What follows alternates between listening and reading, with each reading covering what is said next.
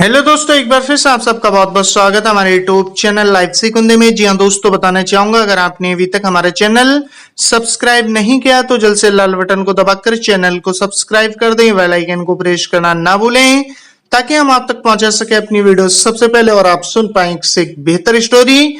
जी हाँ दोस्तों, बताना चाहूंगा हमारे चैनल पे हिंदी साहित्य के कवियों के बारे में, स्वतंत्रता सेनानियों के बारे में, राजा महाराजाओं के बारे में और इतिहास के बारे में पूरी जानकारी दी जाती है। तो दोस्तों बने रहे हमारे साथ वीडियो के लास्ट तक। जी हाँ दोस्तों, आज मैं आपको बताने वाला हूं इस वीडियो में भारतीय सिनेमा के जनक दादा साहब फाल्के के जीवन के बारे में। तो आइए दोस्तों वीडियो को स्टार्ट करते हैं। जी हाँ दोस्तों, आपको बताता चलूं इनका जन्म और स्थान। तो दोस्तों दादा साहब फाल्के 30 अप्रैल 1870 में महाराष्ट्र में स्थित शिव की पावन नगरी त्र्यंबकेश्वर में एक मराठी परिवार में जन्मे थे। उनके बचपन का नाम धुंधी राज गोविंद फाल्के था, जो कि बाद में दादा साहब फाल्के के नाम से पूरी दुनिया में मशहूर हुए। उनके पिता गोविंद फाल्के संस्कृत के एक जाने माने विद्वान एवं मुंबई के एला फिंस्टन कॉलेज में शिक्षक थे। जी हाँ दोस्तों, आइए आपको बताता चलूं वही दादा साहब फाल्के की भी शुरुआती शिक्षा मुंबई से ही हुई। अपनी हाई स्कूल की पढ़ाई पूरी करने के बाद दादा साहब फाल्के ने जे स्कूल ऑफ आर्ट्स में कला की शिक्षा ग्रहण की और फिर वे बड़ौदा के महाराजा सयाजीराव विश्वविद्यालय चले गए, जहां उन्होंने पेंटिंग, इंजीनियरिंग, ड्राइंग, मूर्तिकला, फोटोग्राफी आदि का ज्ञान प्राप्त किया। लेकिन दोस्तों आपको बताता चलूं इसके बाद दादा साहब फाल्के की शुरुआती कैरियर।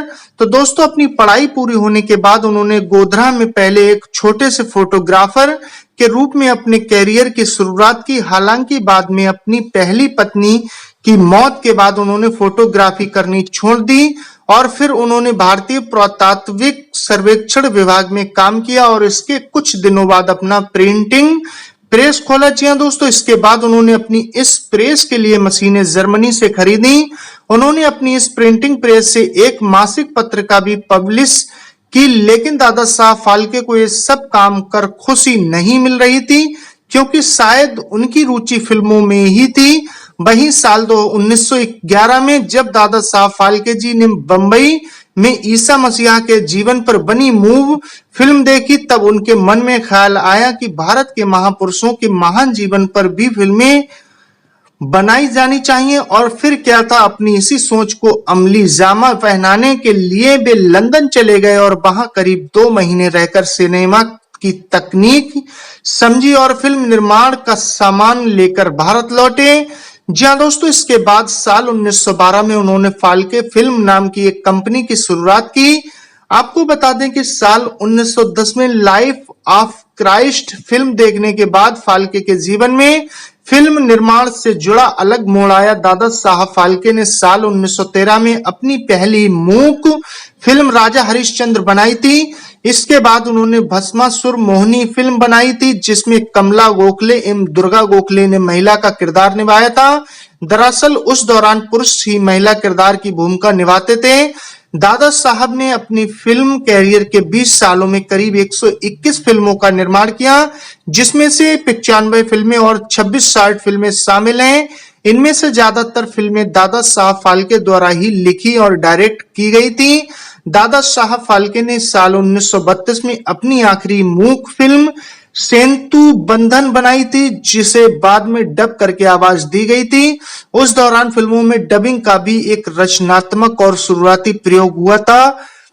दोस्तों आपको बताता चलूं वहीं फाल्के जी ने अपने कैरियर में एक लौती बोलती फिल्म बनाई, जिसका नाम गंगावतरण है। जी हाँ दोस्तों, आपको बताता चलूं दादा साहब फाल्के की मुख्य फिल्में। तो दोस्तों नंबर 1 आपको बताता चलूं मोहिनी भस्मासुर 1913, राजा हरिश्चंद्र 1913, सावित्री सत्यवान 1914, लंका दहन 1917, कृष्ण जन्म 1918, कालिया मर्दन 1919, शकुंतला 1920, कंसबद्ध 1920, संत तुकाराम 1921, भक्त गोरा 1923, श्वेत बंधु बंधन 1932, गंगावतरण 1937। जी हाँ दोस्तों, इसी के साथ आपको बताता चलूं श्री हिंदुस्तान फिल्म कंपनी की स्थापना।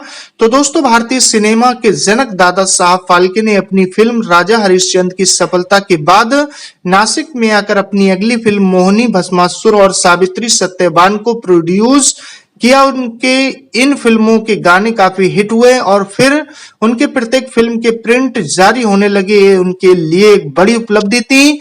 इन फिल्मों में दादा साहब फाल्के जी ने अपनी फिल्मों में कुछ स्पेशल इफेक्ट डाले जो कि दर्शकों द्वारा काफी पसंद किए गए। इसके अलावा फिल्मों में ट्रिक फोटोग्राफी भी दर्शकों द्वारा काफी पसंद की गई। दादा साहब फाल्के ने उस दौर में अपनी फिल्मों में तमाम नए एक्सपेरिमेंट किए और फिर साल 1917 में उन्होंने महाराष्ट्र के नासिक में हिंदुस्तान फिल्म कंपनी की नींव रखी और कई फिल्में बनाई। दादा साहब फाल्के ने अपनी फिल्मी कैरियर में राजा हरिश्चंद्र, लंका दहन, सत्यवान सावित्री, श्री कृष्ण जन्म, कालिया भक्त, गोरा मर्दाना, शकुंतला, संत तुकाराम जैसे करीब 100 से ज्यादा फिल्में बनाई।